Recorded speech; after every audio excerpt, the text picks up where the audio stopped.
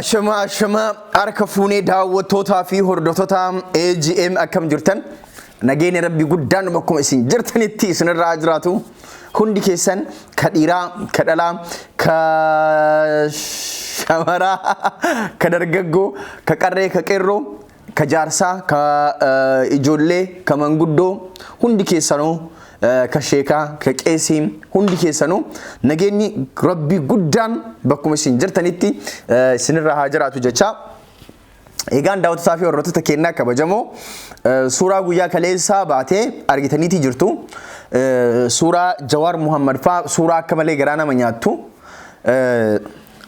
waan namni keenya hubachuu dadhabe tokko jira beeytanii Jawaar Muhammad jaalachuu fi Jawaar Muhammad gargaaruun namootaa fi waan hin galin tokkotu jira. Jawaar jaalachuu jechuun nama arrabsuu miti. Jawaar jaalachuu jechuun maqaa Jawaar qabatanii nama arrabsuu miti. Dhiiroo Jawaar Muhammad faan wanti isaan hidhamaniif wanti isaan beelan guyyaa 40 guutuu uf dararaniif kaayyoo mataa isaa danda'e qaba. Yoo Jawaariin jaalatte maqaa Jawaar baattee maqaa Jawaariin nama arrabsiin. Yoo Jawaariin jaalatte maqaa Jawaar baattee diina ummataa ittiin horin. Maqaa Jawaar baattee paartii nama biraa hin arrabsiin. Maqaa Jawaar baattee nama biraa hin reeqin. Gaaf kanam atiin deeggartoota Jawaar silaa nama Jawaar bira dhaabbatu irraa hir'isaa jirta. Yoo Jawaariin ka jaalatu taate yoo Jawaariin ka isaaf qabsooftu taate Jawaariin hidhaa keessaa baasu yoo barbaadde waan Jawaariin hidhaa keessaa baasu hojjedhu malee Jawaariin maqaa isaatiin nama hin arrabsin. Jawaar nama hin arrabsu. Jawaar beekaadha. Jawaar nama isa arrabsu ufitti qabee gorsee karaa sirrii irra buusa. Sabaaf qabsaa ofii nama arrabsuun garagara. Jawaar deeggaruu fi nama arrabsuun garagara. Namni Jawaar deeggaru kaayyoo Jawaar ummata barsiisa. Namni Jawaar deeggaru Jawaar maaliif akka biyyatti deebi'e? Maaliif paartii KFO keessa akka gale? Maaliif akka qabsaa'u? Maaliif akka hidhame? Maaliif guyyaa 40 qooqan akka dabarse ummata barsiisa. Kaayyoo isaa kan ummata barsiisa. Ati yoo nama arrabsita diina Jawaaritti horta. Ilaalcha siyaasaa garaagarummaa ilaalcha siyaasaa hin keessummeessitu. Namni akka keetiitti ilaalcha siyaasaa ati qabaattu yoo hin qabaatin yoo akka keetaatti nama arrabsiisutti nama arrabsin inni diina Jawaar sitti fakkaata. Indoo gongoriin yoo Jawaariin ka jaalatu taate waan sirraa eegamu waan ilma namaa sirraa eegamu hojjedhu aantummaa kee gaarummaa kee agarsiisi. Yoo namni si arrabse ati ufitti qabi sammuun caalii argami. Yoo san goote Jawaar Muhammad kaayyoo isaa galmaan gahaa jirta. Yoo kaayyoo Jawaar nama barsiifte ati Jawaar jaalatteerta. Yoo sababa Jawaar hidhaa galeef seeran ummata hubachiifte ati Jawaariin gargaarteetii jirta. Yoo waan Jawaar ganamaa galgala keessa jiru ganamaa galgala ummataaf hiriyaa keetiif ibsite ati Jawaariin gargaartee jirta. Ati garuu maqaa Jawaar dhaattee yoo kanama arrabsu taate ati diina Oromooti. Ati maqaa Jawaar baattee yoo kanama arrabsu taate ati diina Jawaari. Maqaa Jawaar baattee xiqqaa guddaa yoo arrabsu taate ati qabsoo Oromootti gufuu ta'aa jirta. Maqaa Jawaariin akka waan nama Jawaar jaalatu fakkeessitee paartii biraa yoo arrabsu taate paartii biraa irratti yoo duultu taate ati diina Jawaari.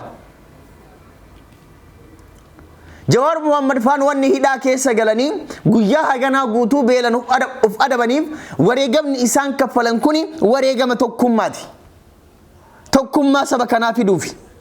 Oromummaa dagaagsuufi. Oromoo walitti hidhuufi. Isaan maaliif qooqa akkatti uf dararanii ati maaliif waan isaan achiin tokkummaa isaan ijaaran asiin nama arrabsitee nama waxartee summiin nama waraantee nama addaan fageessita. Haga nama arrabsitu san paartileen Oromoo akka walitti dhufan aktivistoonni Oromoo akka walitti dhufan hojjechuu maaltu si dhorke? Arrabni kee kan nama arrabsu kuni nama waan gaariitti waamu Oromoo tokkummaatti waamu Oromoo tokkummaa irratti ijaaru maaf dalaguu si dhorke? Dhiiroo hin qoosina Jawaar faan qoosaatti hin jiranii. Mana hidhaa keessa jiran qaallitti keessa jiran. Qixxaa daabboo gogaa nyaataa jiran. Ganama daabboo tokko galgala daabboo tokko nyaataa jiran. Kana dura immoo guyyaa 40 beelaan uf adaban. Ifaajee isaanii kana maaliif lafa balleessina? Haga yoom wal arrabsina? Qabsoof arrabni garagari. Siyaasaaf arrabni garagari. Namoonni gariin maqaa Jawaar dhaatanii namoota kaaniin abaaran. Paartii abaaran. Nama siyaasaa abaaran. Haga yoomitti akkatti dhiiroo salphanneerra. Biltsiginnaan waan hunda dhuunfatteerti. Biltsiginnaan akka waan hunda dhuunfattu ka godhaa jiru mootu nuhi. Ijoolleen keenya hedduun yoo Facebook irratti ilaallu, social media irratti yoo ilaallu, wanni isaan dalagan guutuun arrabaa fi waa'ee jireenya nama dhuunfaa keessa galanii nama arrabsuu fi waan siyaasaa wal hin qabanne hojii wallaalaa hojjetaa jirra. Biltsiginnaan immootu kanaan nu caalaa jirti. Ifaajee Jawaarfaan ifaajan. Ifaajee namooti siyaasa biroofaa ifaajan. Wal dorgommii biltsiginnaa wajji godhamu keessatti akka warroonni siyaasa Oromoo kasaaran warri godhaa jiru warra asiin garee filatee walirratti duulu. Mi'aan akka dhuunfaa kiyyaatti isin yaa'imu, akka dhuunfaa kiyyaatti isin yaa'imu miidiyaa AGM irratti bifa joornaalistiitiin ani yeroo baay'inaan wanti an gabaasu waa'ee Jawaarfaa. Waa'ee Jawaar maaliif gabaaftan an jedhan, anumaa kanaayyuu maaliif dubbatan an jedhan. Ayyama akka isaan gaafadhu barbaadan. Ani akka gaazexeessaa tokkootitti waa'ee Jawaarfaa hin gabaasu, waa'ee wayyaan illee hin gabaasa. Waa'ee biltsiginna illee hin gabaasa. Waa'ee Afrikaa illee hin gabaasa. Waa'ee Eertiraa illee hin gabaasa. Waa'ee Ameerikaa illee hin gabaasa. Waa'ee Awurooppaa illee hin gabaasa. Waa'ee Kamaal Galchuu, waa'ee Daawud Ibsaa, waa'ee Maraara illee hin gabaasa. Taatee oolmaa biyya keessatti ta'e sitti hima. Mataa dubbii deemanii waan nama arrabsaniin gaafa dhaban maan namaan jedhan beeytanii? Ati xawal waalleedhaa jedhan. An aktiivistii miti. Ani bifa gaazexeessaatiin haga humna kiyyaatiin haga beekumsa kiyyaatiin saba kiyyaaf odeeffannoo hiraa jira. Odeeffannoo an hiru kanarraa sabni bu'aa buufataa jira. Odeeffannoon an sii dhiyeessu yoo siin ta'in itti dhiisi. Ani aktiivistii miti. An joornaalistiidha. Waa'ee aktiivistummaa yaada dhuunfaa kiyyaa Facebook irratti barreessa. Malee gara miidiyaatti hin fidu. Gara miidiyaatti oduu sii fida. Biltsiginnaan akkana jedhe. Yoo biltsiginnaan waa dubbate. Yoo abaawoon waa dubbate abaawoon akkana jedhe. Yoo kafaawoo waa dubbate kafaawoon akkana jedhe. Yoo Tigraay waa dubbate Tigraay akkana jedhe. Yoo makkalaakayaan nama kaajjeessu taate makkalaakayaan nama ajjeese. Yoo teppelleef nama kaajjeessu taate teppelleef nama ajjeese. Gaafa woboolleen tarkaanfii fudhate woboon tarkaanfii fudhate. Gaafa wobo irratti illee tarkaanfii fudhatame wobo irratti tarkaanfii fudhatame jedhe sitti maa jechuudhaani. Kuni gaazexeessummaa seera isaati, seera gaazexeessummaati. An gaazexeessaan gama tokko leellisu miti. Waan isin ajaa'ibu ani akkuma hundi keessan hordoftoonni kiyyan beeytanii sagantaan ani isin dhiyeessu baay'inaan kan Jawaar faana wal qabate. Darbee waa'ee Kamaal ji'atti faa yeroo tokko gabaasa. Leellistuu gandaa jedhan. Waan nama ajaa'ibu. Gaafa ji'a tokko walitti dhaabee Maraaraa faa faarsu kawaata kan jenne gaafa tasa waa'ee Kamaal faa jidduu fide jedhaniitiin hin maraatan. Maal jechuudha kuni? Ani gaazexeessaadha. Sitti hima waan ta'e sitti hima. Fudhattuu dhiiftuu waan keeti. Ati odeeffannoo gahaa qabaachuu dandeetta. Garuu ijoolleen namoonni odeeffannoo gahaa hin qabne ka guyyaa Facebook irra ooluu hin dandeenye akka keetitti ka waan biyya keessaa argachuu hin dandeenye ka yeroo tokko na jala seenanii daqiiqaa 10-15 waan biyyi keessa oolte dhageeffatee gara hojii isaa deebi'uu barbaadu hedduutu jira. Isaan kanaan odeeffannoo ga'a. Odeeffannoo kanarraas tajaajilamaa jiran.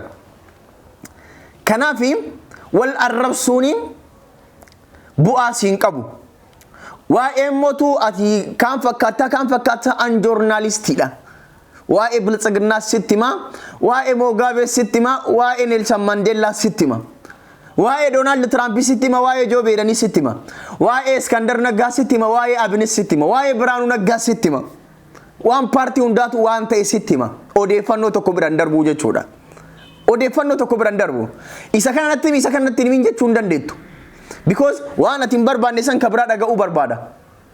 Odeeffannoon immoo hin tuffatamu. Gaariis hamaas dhaga'uu danda'uu qabda. Yoo akkas hin ta'in siyaasni sii galuu hin danda'u.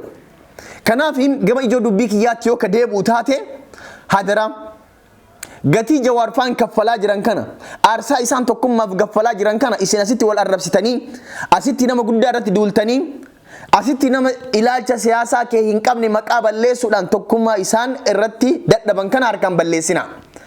Waan isaan irratti dadhaban kana gatii itti gochuudhaaf wal kabajuu, wal ijaaruu, garaagarummaa jidduu keenya jiru dhiphifnee tokkummaa irratti dalaguun murteessaadha. Isa kana irratti haa dalaynu, isa kana irratti haa hojjennu. Yoo isa kana irratti hin hojjetin, yoo isa kana irratti hin dalagin, haga yoomati garee kee qofa faarsitee garee kana baarta. Haga yoomati garee ofii jaallattu qofa faarsitee garee kana baarta. Akkatti hoo bilisummaan fidda. Mee dhiiroo laala bilchiginnaa waan isiin goote. Garaagarummaa jidduu keenyaa jiru dhiphisuu dadhabuudhaan. Garaagarummaa jidduu keenya jiru dhiphisnee tokkummaa keenya irratti dalaguu dhabuudhaan arra bilchiginnaan paartiilee siyaasa Oromoo KFO, PABO, ABO, Jaalka Jibuutii hunda filannoo keessaa dhiibdee yaaftee kophaa isii dorgomtee teessoo 180 Oromiyaa irratti guutuutti fudhachuu heddii jechuudha. Kana eenyutu haala mijeesse? Nuti tokko ta'uu dhabuu keenyatu haala mijeesse. Tokkummaa lagachuu dhabuu keenyatu haala kana bilchiginnaa mijeesse. Malee bilchiginnaan ga'umsa qabaatteetii miti. Dadhabbina keenyaan bilchiginnaa waan kana goote. Osoo nuti tokko taane, osoo nuti harka wal qabannee arra filannoo keessaa paartiileen siyaasaa kunneen dhiibbamanii hin ba'an. Osoo paartiileen siyaasaa gamtaa ijaarratanii tokko ta'anii rakkoon kun hin dhufu. Osoo nuti garee jaalannu qofa irratti deeggarree garee kan irratti duuluu baannee garaagarummaan jidduu keenya jiru garaagarummaa siyaasaati malee kaayyoon keenya tokkicha Oromoo bilisoomsuudha, Oromoo boonsuudha, Oromoo tokko gochuudha jennee osoo kayaannu taate arra sadarkaa kana keessa hin gallu. Arra sadarkaa kana keenne eessa gahuu barbaanna? Eessa deemuu barbaanna? Dhiiroo kuni tilmaama keessa galuu qaba. Kuni tilmaama keessa galuu qaba. Isa kana tilmaama keessa haa galchinu. Dogongora irraa haa barannu. Kanuman isinii dhaamaa, kanuman isinii gabaabsaa. Egaan daawwattoota fi hordoftoota keenyaa kabajamoo hundi keessanuu hadaraa. Hundi keessanuu hadaraa. Tokkummaa irratti jabeessaa dalagaa. Tokkummaa illaaffisina. Dadhabbii jawaar kana faa gatii itti godhaa. Kanuman isiniin jechuu barbaada. Egaan hordoftoota fi hordoftoota keenyaa kabajamoo odeeffannoon arra qabadhee isinii dhufe kanuma gorsitan isinii dabarsuu barbaade odeeffannoowwan keenyaa biraa wajjin walitti deebina ulfaadhaa galatooma.